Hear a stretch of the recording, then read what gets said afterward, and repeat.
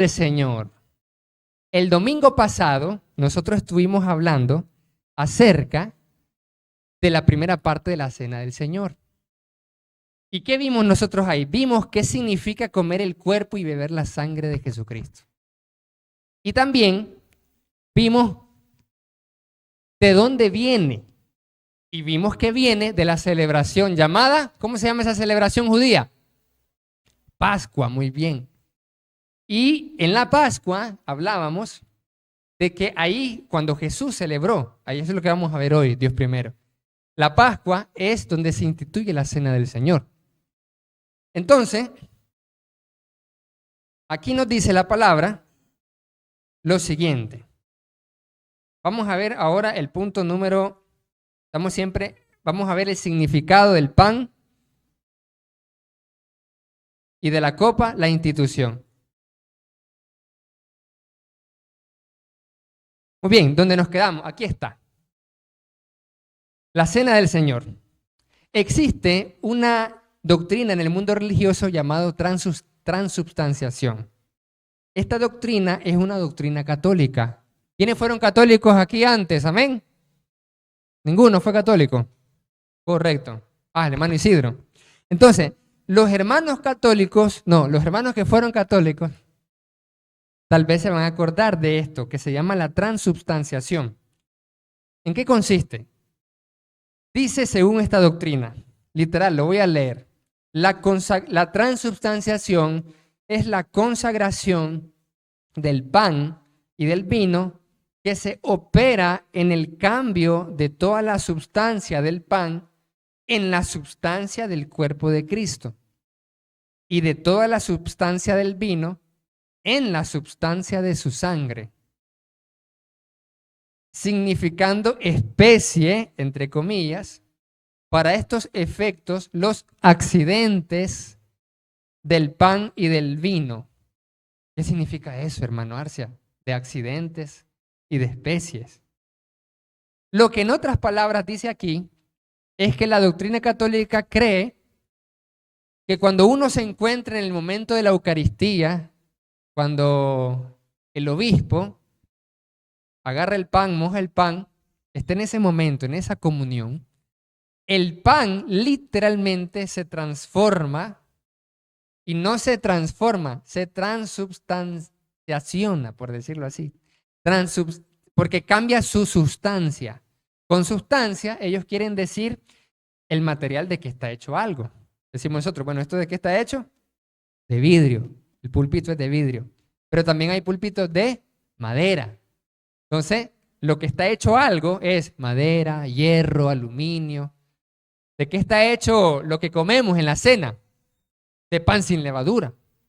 Entonces, esta doctrina sugiere que ese pan que está hecho, que no tiene levadura, que tiene harina, agua, todos esos elementos del pan, se convierten literalmente en la mismísima carne de Jesucristo. La misma carne del mismo cuerpo que anduvo él aquí en la tierra hace 2000 años.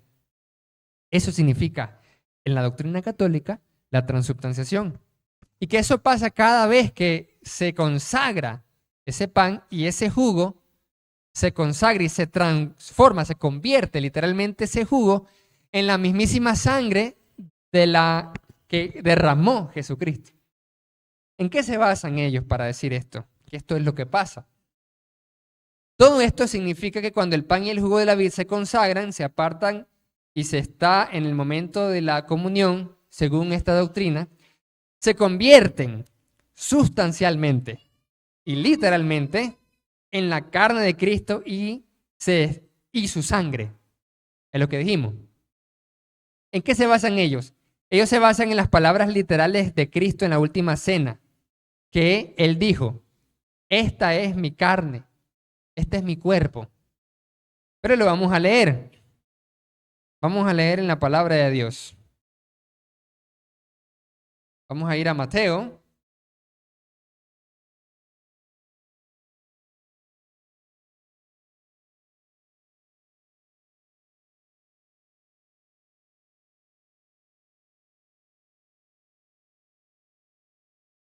Mateo el capítulo 26, versículo 17. Mateo, capítulo 26, verso 17 en adelante. Dice así: el primer día de la fiesta de los panes sin levadura, vinieron los discípulos a Jesús diciéndole: ¿dónde quieres que preparemos para que comas la Pascua? El domingo pasado vimos la celebración de la Pascua, ¿en qué consistía? Entonces los discípulos le preguntan a Jesús, en el primer día de la fiesta duraba 7 días, y dígame usted, ¿qué día caía el primer día de la fiesta de los panes sin levadura?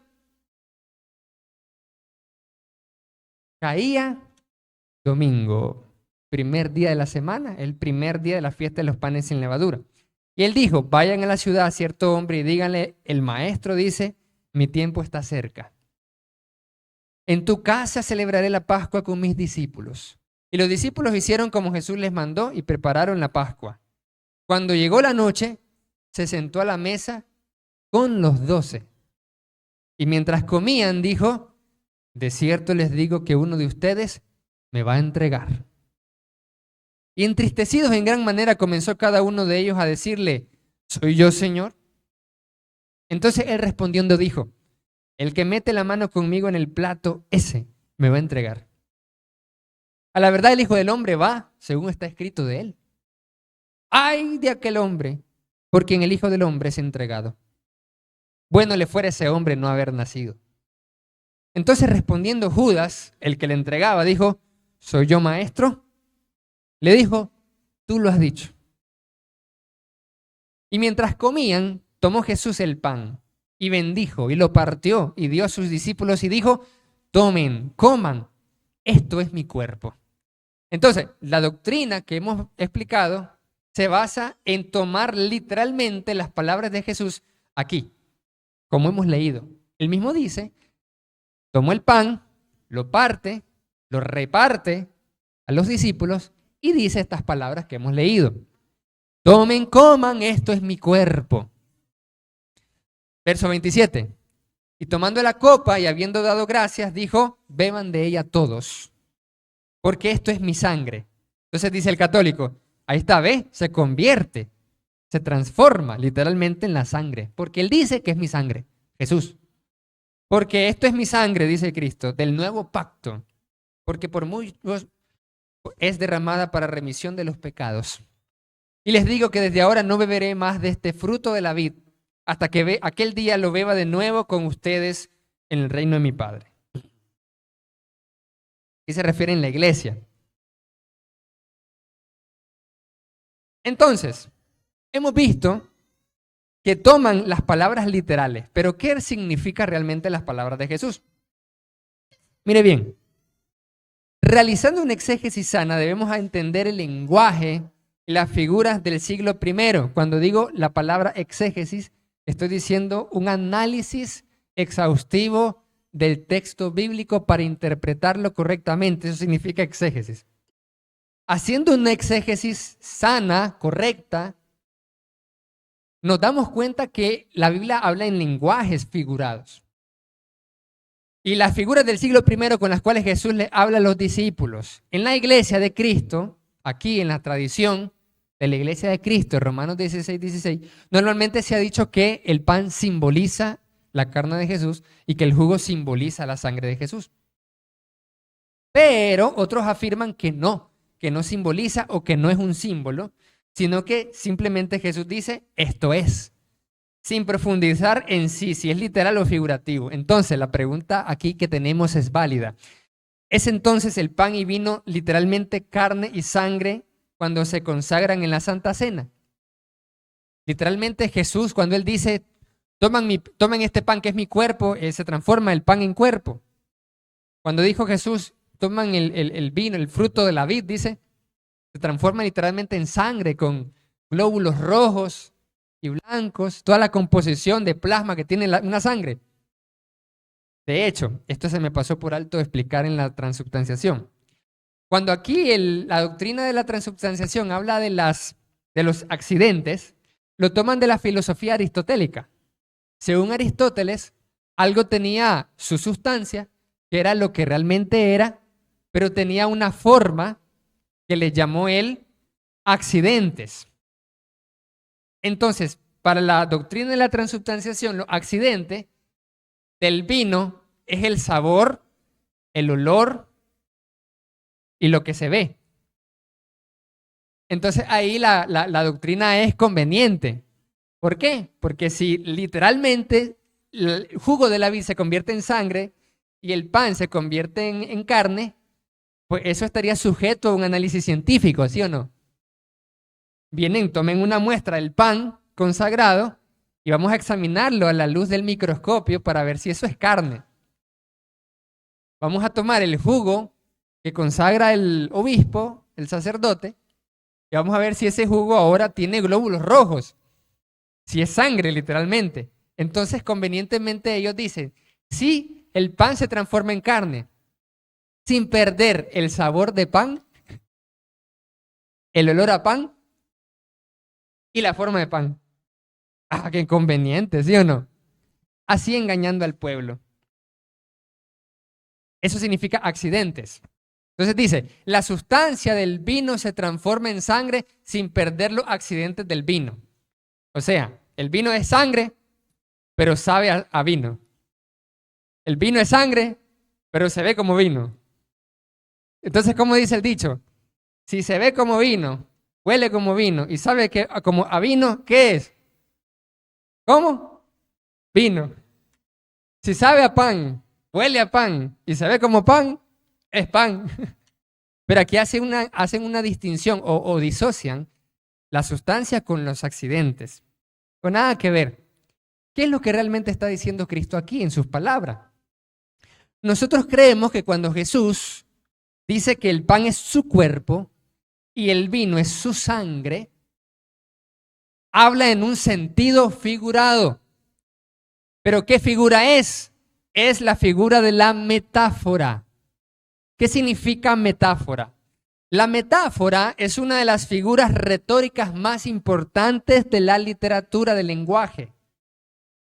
Por metáfora se entiende el desplazamiento del significado entre dos términos con finalidad estética.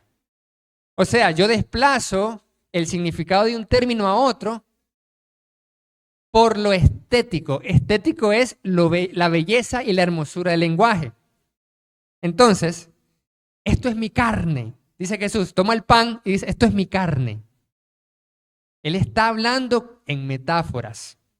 Él está diciendo, este pan significa la carne, el cuerpo que yo doy, porque mi cuerpo es ofrecido para ser sacrificados por todo el mundo. Entonces, nosotros entendemos que cuando Jesús aquí dice esto, se refiere a una metáfora. A una metáfora. Entonces, ¿qué significa esto? A es B. En literatura, en lenguaje, una metáfora se identifica cuando A es B. ¿Cómo así? Cuando dice, esto es tal cosa, pero no es eso literalmente. Entonces uno identifica, esto es una metáfora. Cuando Jesús dice, tomen este pan, es mi cuerpo, pan es cuerpo, entonces literalmente es cuerpo, el pan no. Entonces, conclusión, es metáfora.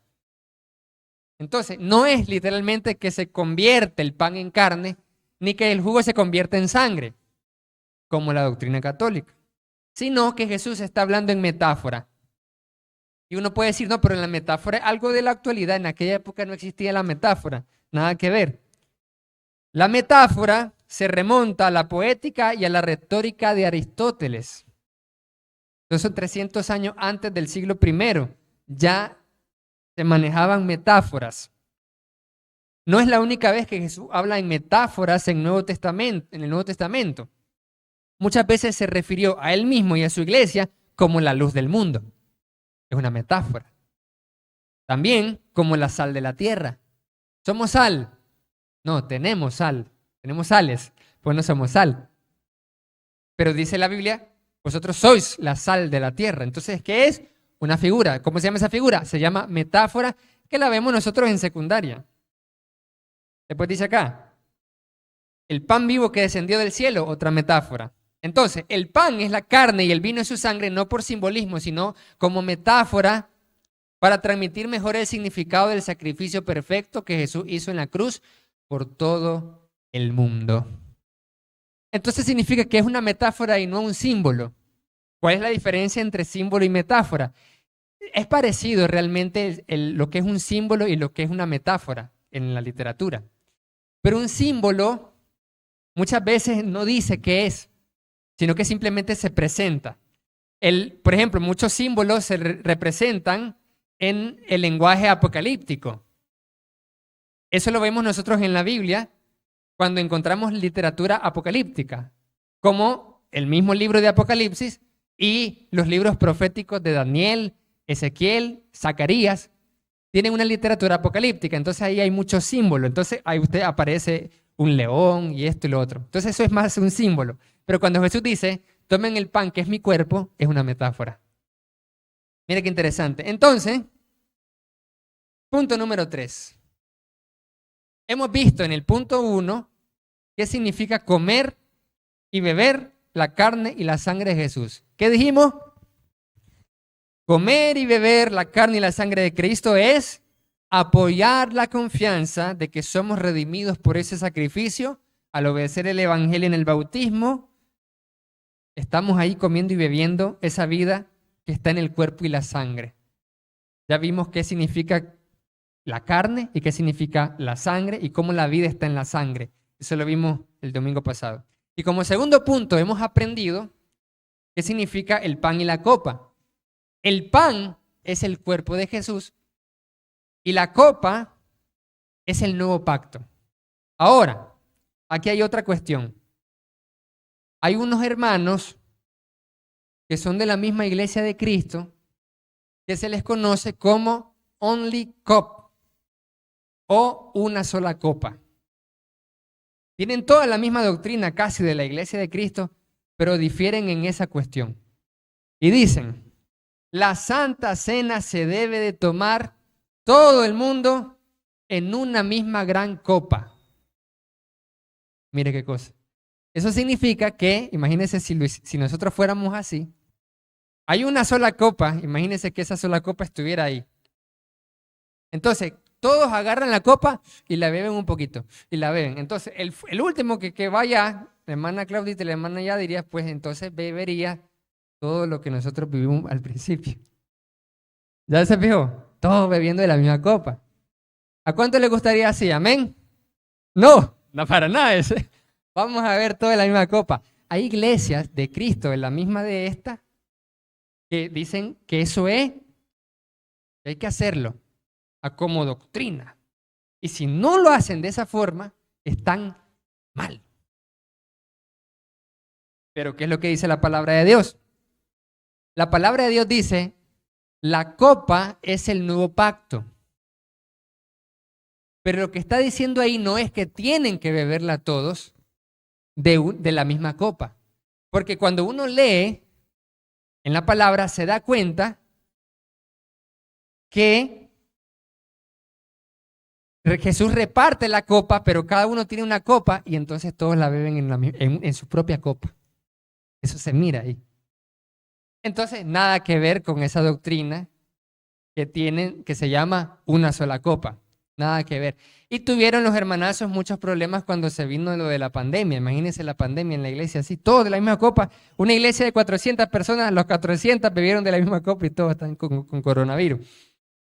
Sí pasa. Entonces, eso vimos acá. Ahora veamos lo siguiente. ¿Cómo y cuándo participar de la cena del Señor? Algunas religiones participan del pan y del jugo una vez al año. ¿Verdad que sí? Otras iglesias una vez al mes. Y otros cada vez que hay actividad religiosa. Hay de 3 tipos en las religiones del mundo.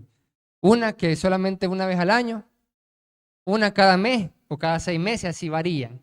Y otra cada vez que hay misa, ahí hay la comunión, la hostia. Pregunta, hermana, hay que darle la... Gracias, hermano Manuel, muy amable. Bendiciones. Para que escuchemos la pregunta de la hermana, los hermanos que están conectados. Hermana Irene, pregunta, duda, comentario. Este,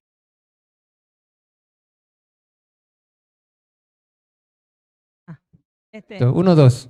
una pregunta que le quería hacer ahí, pero hay otras iglesias que tampoco lo hacen nunca, porque en la iglesia donde yo estuve, solamente lo hicimos una vez y estuvimos como 6 años ahí congregándonos y no volvimos a ver eso jamás. Esa es la pregunta. Correcto, gracias hermano. Pues muy interesante. Mire, la hermana está diciendo que solamente una vez en 6 años.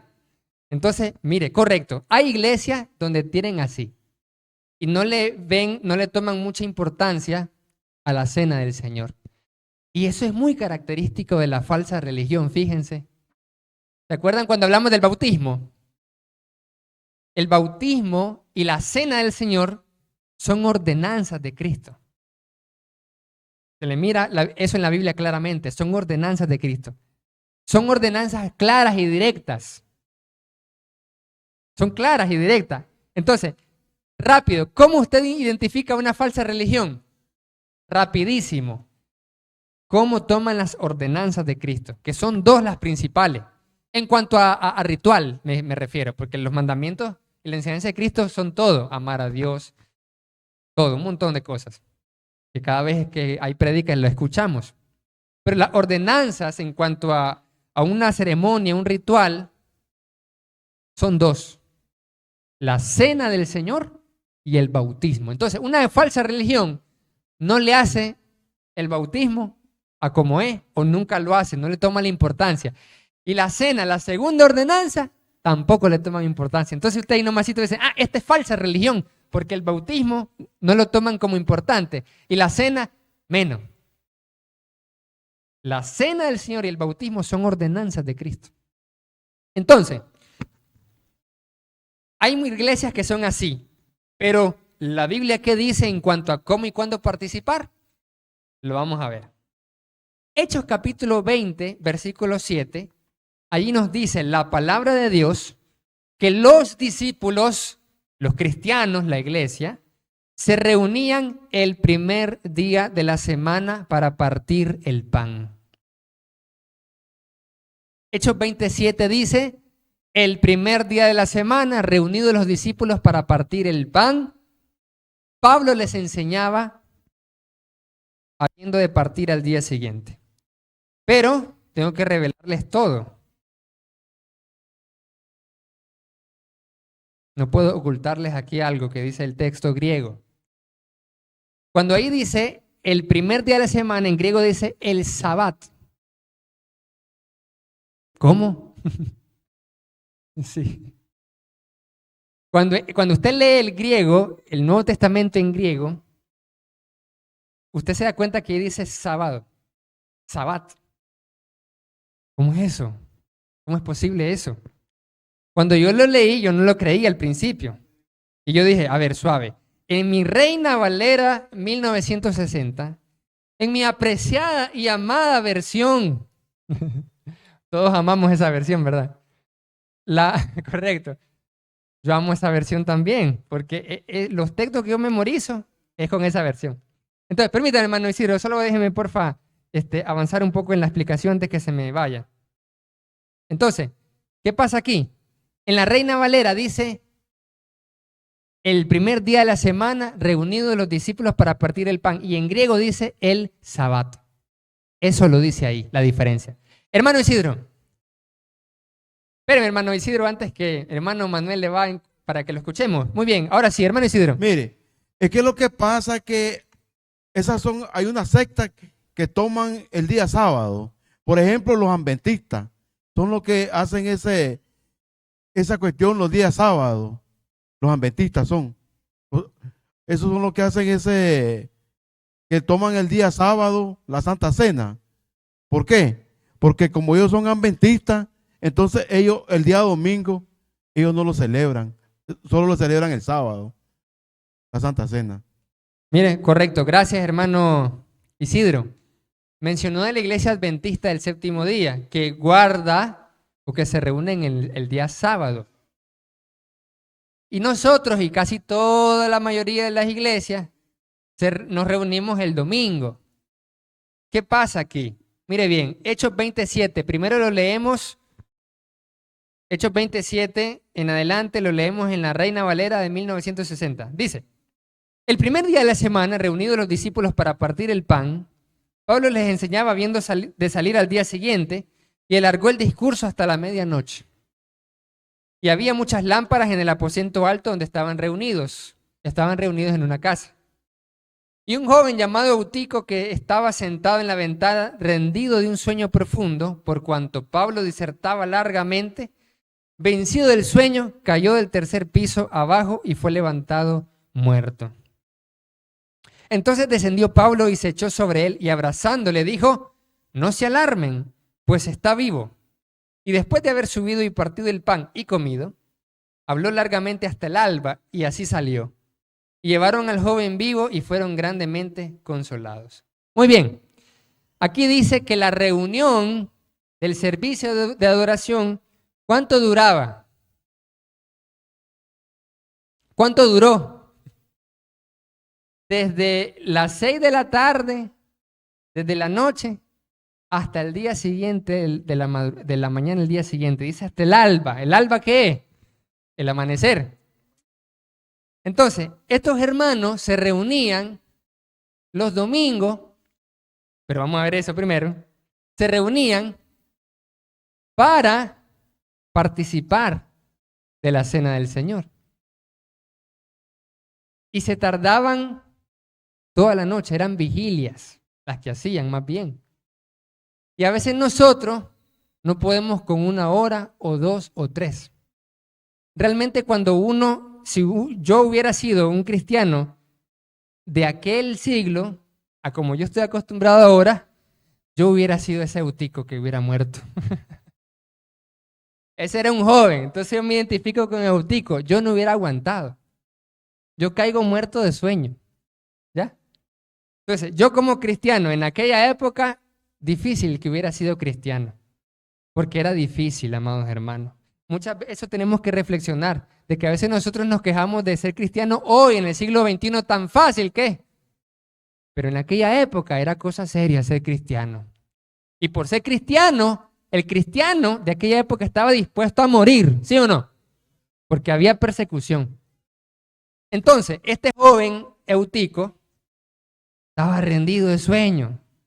Mucho habla este Pablo. Nunca se detiene. Dice aquí, porque Pablo disertaba largamente, vencido del sueño se cayó y se murió. Se murió. Mire, por dormirse en la prédica.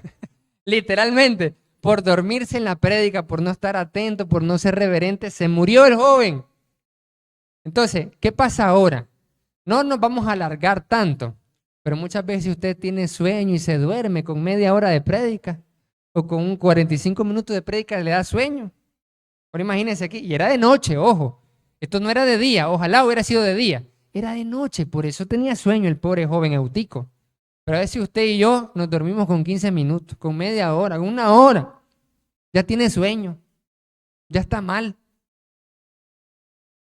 Entonces, el joven Eutico tiene razón de haberse dormido. ¿Por qué? Porque era de noche, era.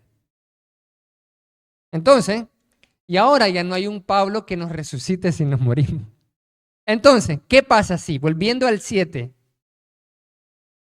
El primer día de la semana, reunidos los discípulos para partir el pan. ¿Qué dice aquí la palabra? El propósito de la reunión es el partimiento del pan.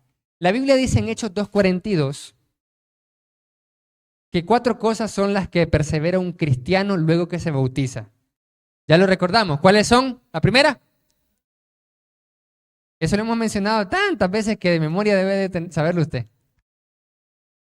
Porque muchas veces me dicen, hermano Marcio, usted repite lo mismo. Amén, claro que sí, dígame tal cosa. Y a veces no sabe. Entonces, por eso dice la Biblia, es muy importante la repetición.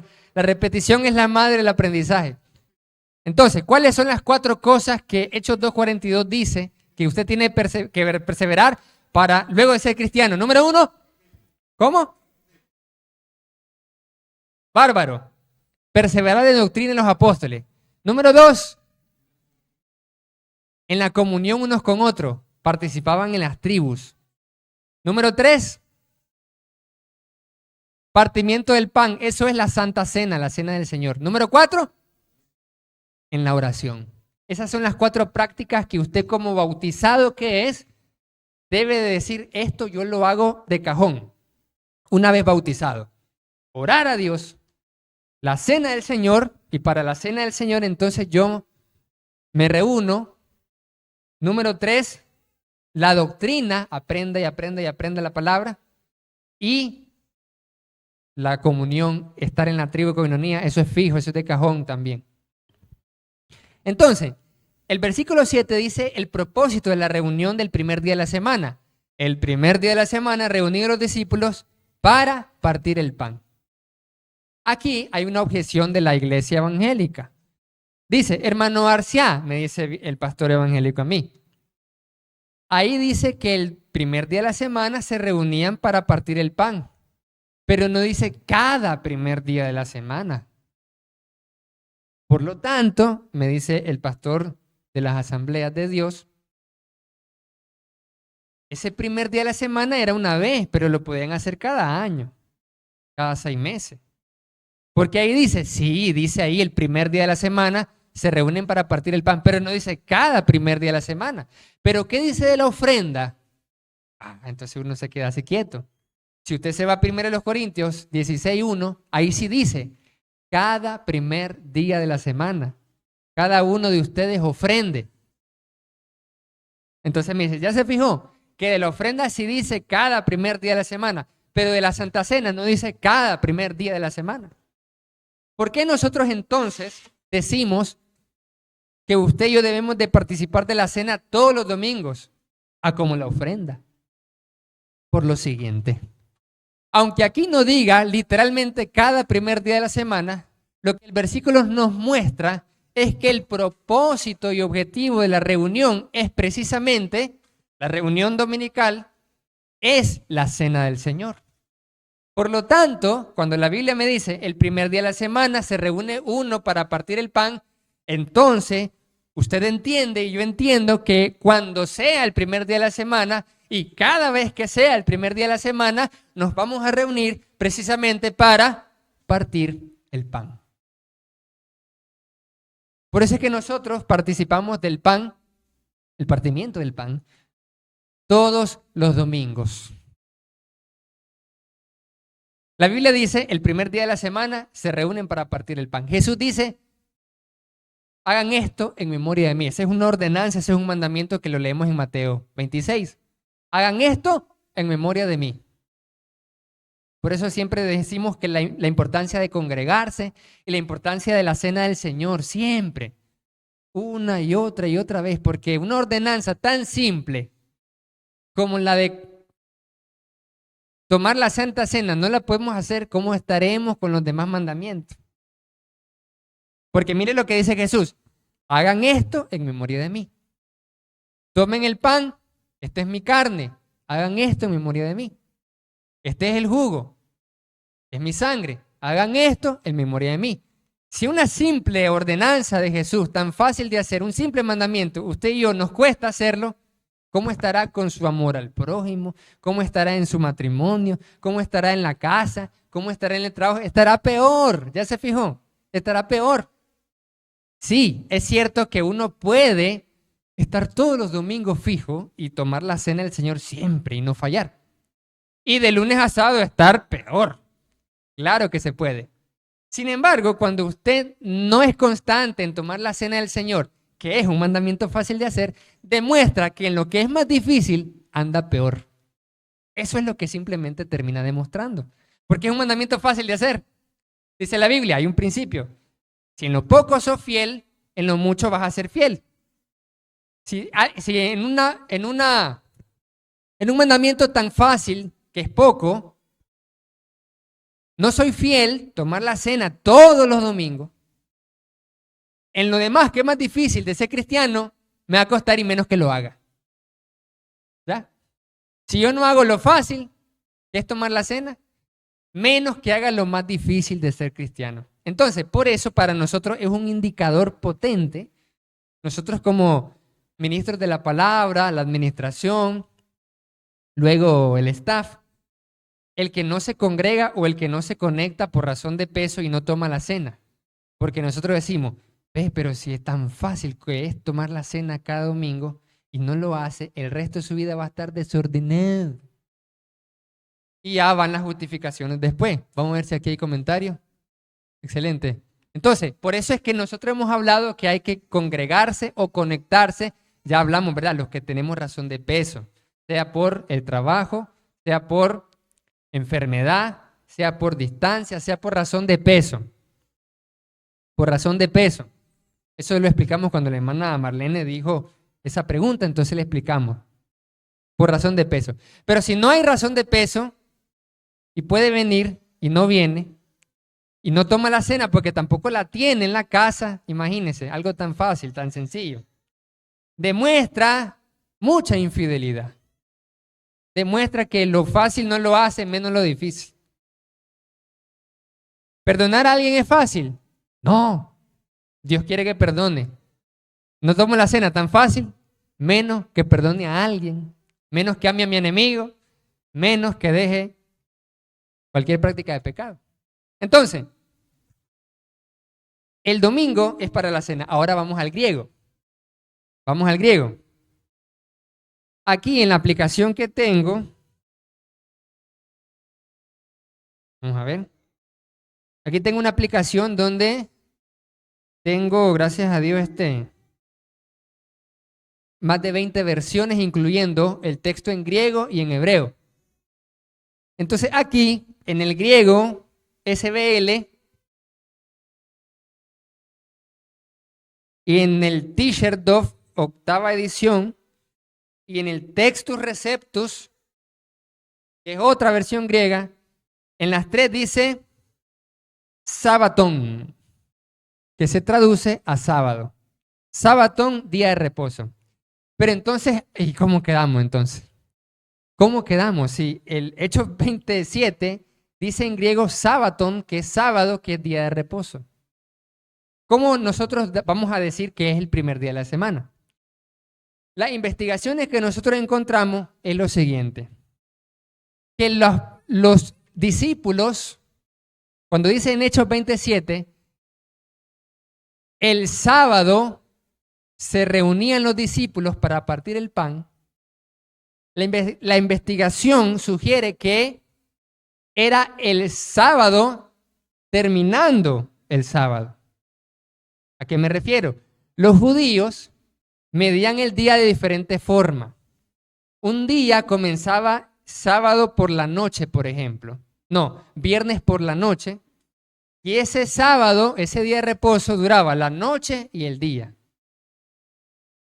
Entonces, cuando la Biblia dice que se reunían en Sabatón, significa que estaba el sábado. Entonces, el sábado se dirigían a la reunión, pero ya por la tardecita, para que ya la noche ya era primer día de la semana. ¿Ya? Correcto. Ya era primer día de la semana. Ahora, cuando usted sigue leyendo, ok, el sábado en la mañana, el sábado en la tarde, día de reposo, Sabatón. Buscaba a la gente cómo reunirse. Llegaba la noche, que es la cena, ya era primer día de la semana. ¿Ya? Correcto. En nuestra cuestión es lo siguiente. Ahí en la noche está el sabatón. Sabatón noche y sabatón día. Terminaba a las 6 el sabatón. Sábado. Noche ya es domingo, ya es primer día de la semana. Ahí ya estaban en la reunión. Predica Pablo. Se cae el pobre Eutico, se muere, lo levanta. ¿Y qué dice aquí en el versículo? Versículo 11. No, dice el versículo 7. El primer día de la semana, reunidos los discípulos para partir el pan, Pablo le enseñaba viendo de salir al día siguiente y alargó el discurso hasta la medianoche.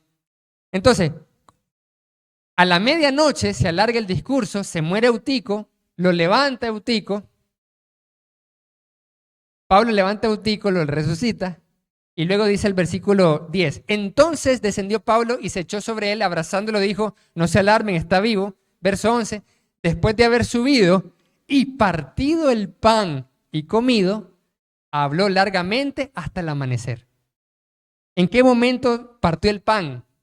Participaron de la cena del Señor a la medianoche. Esa medianoche ya es primer día de la semana. ¿Ya se fijó? Ya es primer día de la semana, correcto. De noche hasta el día, la mañana y la tarde. Y luego queda lunes, segundo día de la semana. Cuando usted va a Mateo 26, que leímos, ¿qué decía en la celebración de la Pascua? El primer día de la semana de la fiesta de los panes sin levadura es domingo, porque es el primer día de la semana. Y esa fiesta terminaba con el Sabbat. Entonces, el primer día de la semana de la fiesta de los panes sin levadura, ahí es donde los discípulos dicen, a ver, ¿dónde quieres que celebremos la Pascua, Señor? Y en la noche se reúnen a cenar. ¿Pero qué día es? Primer día de la semana. Luego pasa todo lo que pasa en la semana, muere Cristo y reposa en Sabbat 7 días después. El sábado reposa y el primer día de la semana resucita. Resucita, ¿ya vio? Primer día de la semana, resucita.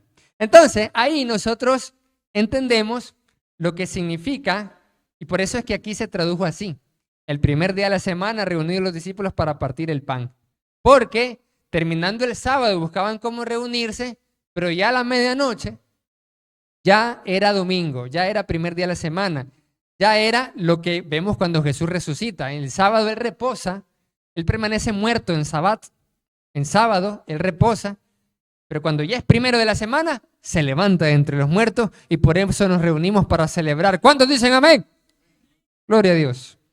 Celebramos la victoria de Cristo sobre la muerte. Entonces, por esa razón, vamos a ver. Dice hermana Eugenia, así yo, mi hermano Luis, tengo Biblia en muchas versiones. Excelente, gloria a Dios. Correcto. Dice, infiel a Dios será infiel al resto. Sí. Bárbaro. Entonces, sigamos con la cuestión.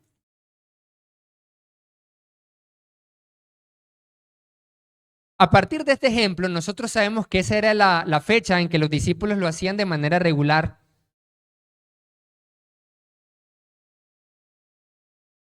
Porque ahí concuerda con el primer día de la semana de la fiesta de los panes sin levadura. Y concuerda con la resurrección de Cristo. Y ese es el día del Señor. Ahora nos vamos a 1 Corintios 11, 23 al 26. Vamos a leer, mire qué bonito. 1 Corintios 11, 23 a 26. Antes que se me olvide. Siempre es el dinero, siempre es el billete, ¿verdad? ¿Por qué? ¿Por qué las religiones no toman la cena del Señor cada domingo? Respuesta, damos la misma respuesta aquí, el billete. Porque así se ahorran billete.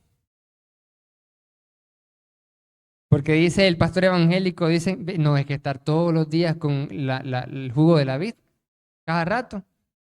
Entonces ellos se ahorran el gasto del jugo de la vid.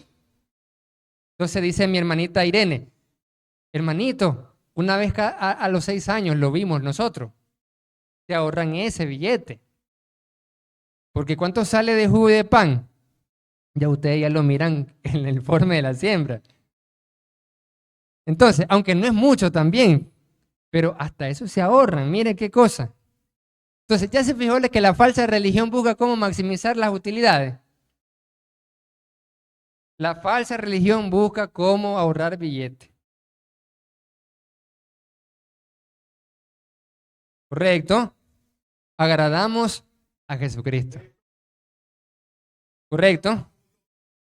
Correcto. Entonces, 1 Corintios 11, 23 en adelante, dice, Pablo escribiéndole a los Corintios, porque yo recibí del Señor lo que también les he enseñado, que el Señor Jesús, la noche que fue entregado, tomó pan.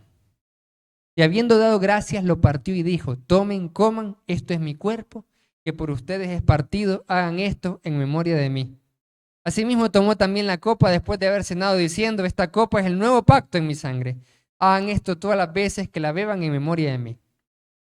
Así pues, todas las veces que coman este pan y todas las veces que beban de esta copa, la muerte del Señor anuncian hasta que Él venga. Entonces, en este texto que acabamos de leer, nos dice que el Señor instituyó la cena del Señor para hacer nosotros memoria de Él. Para hacer memoria de Él, para recordarlo. Hagan esto en memoria de mí. Yo recuerdo a Jesús cuando participo de la cena. Usted recuerda a Jesús cuando participa de la cena del Señor. Entonces, ¿por qué es tan importante participar de la cena del Señor? Porque usted se acuerda de Dios, de Cristo en la cena del Señor. Usted se acuerda. Entonces, cada vez que usted no se congrega bien, cada vez que usted no toma la cena del Señor, ¿qué demuestra usted? Que no se acuerda de Jesús. No, pero yo tengo siempre presente a mi Diosito. Pero ¿qué dice el Señor? Hagan esto en memoria de mí.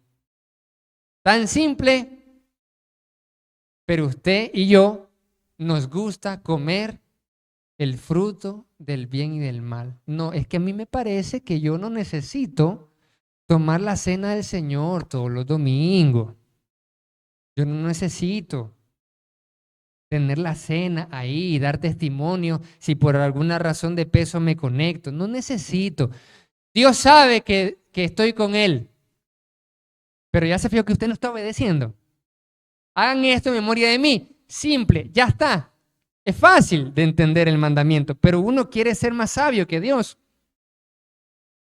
Es fácil y sencillo, pero es que Dios no me mira, que Dios aquí, que Dios allá, que Dios ya habló en Cristo. Hebreos capítulo 1 en adelante, dice que Dios, habiendo hablado muchas veces a los padres, de muchas maneras, ahora Él habla por medio de ¿quién? ¿De quién? Del Hijo, amén, de Jesucristo. Y las palabras del Hijo de Jesucristo están ¿en dónde? En la Biblia, en la palabra de Dios, en el Nuevo Testamento. Entonces es fácil de entender esto. Es fácil, no hay que ponerle en rollo, es que la cena del Señor, es que el pan, pero es que yo sé que Diosito, es que Diosito no. Es fácil de entender esto. Diosito dice también, si me amáis, guardad mis mandamientos. Y un mandamiento tan sencillo y tan simple no lo guarda. Es fácil. Es fácil. Pero yo digo, yo amo a mi Cristo. Yo amo a mi... Correcto. Mire, es que es mi forma, es que es mi comodidad. Ya. Entonces, me congrego para tomar la cena del Señor. Gloria a Dios. Si no, si tengo por razón de peso, como siempre lo explicamos, pero tomo la cena del Señor y comparto ese testimonio con los hermanos de la fraternidad. Pero es que Dios me mira. Dios nos mira, pero damos testimonio. Pero es que la Biblia no dice que tengo que mandar fotos. La Biblia no dice que tramitamos tampoco. Entonces hubo muchos hermanos que alegaban eso. Pero ¿por qué está diciendo usted, hermano Arce, que tengo que tomar foto con la cena del Señor y yo y tomando la fraternidad? Eso no sale en la Biblia. Bueno, no hay falla, venga aquí al edificio, congreguémonos, ya está. Ya está. ¿Sí o no? Ya está. Resuelto. Resuelto. ¿Pero por qué lo hacemos? Ya lo dijimos. Por la forma, por la razón de peso. Usted da testimonio que está participando. Simplemente es un seguimiento. Pero si es por razón de peso. Está enfermo usted. Tiene un gran problema estomacal que cada 10 minutos va al baño. No hay falla. No va a venir aquí así. Porque va a tener problemas en el transcurso. Y no va a durar, ¿verdad? Completamente. Entonces, ahí hay razón de peso. Tiene coronavirus, está ahí, conectado. Tiene trabajo de peso, ahí está. Pero uno se mete ahí a rollo buscando cómo justificarse lo injustificado. ¿Por qué? Porque usted y yo muchas veces insistimos en mi propia opinión, mi propia forma de pensar. Cuando la Biblia le insiste, hermanito, hace esto. Entonces uno la agarra contra el que predica. El que predica me dice lo que tengo que hacer. No, el que le predica no le dice lo que tiene que hacer. Es mi Cristo. ¿Sí o no? Ah, si el que le predica le dice algo que está fuera de la Biblia, ahí sí no le haga caso. Ahí sí le diga, no, usted está hablando una falsa doctrina. Ahí con toda la razón. ¿Está bien?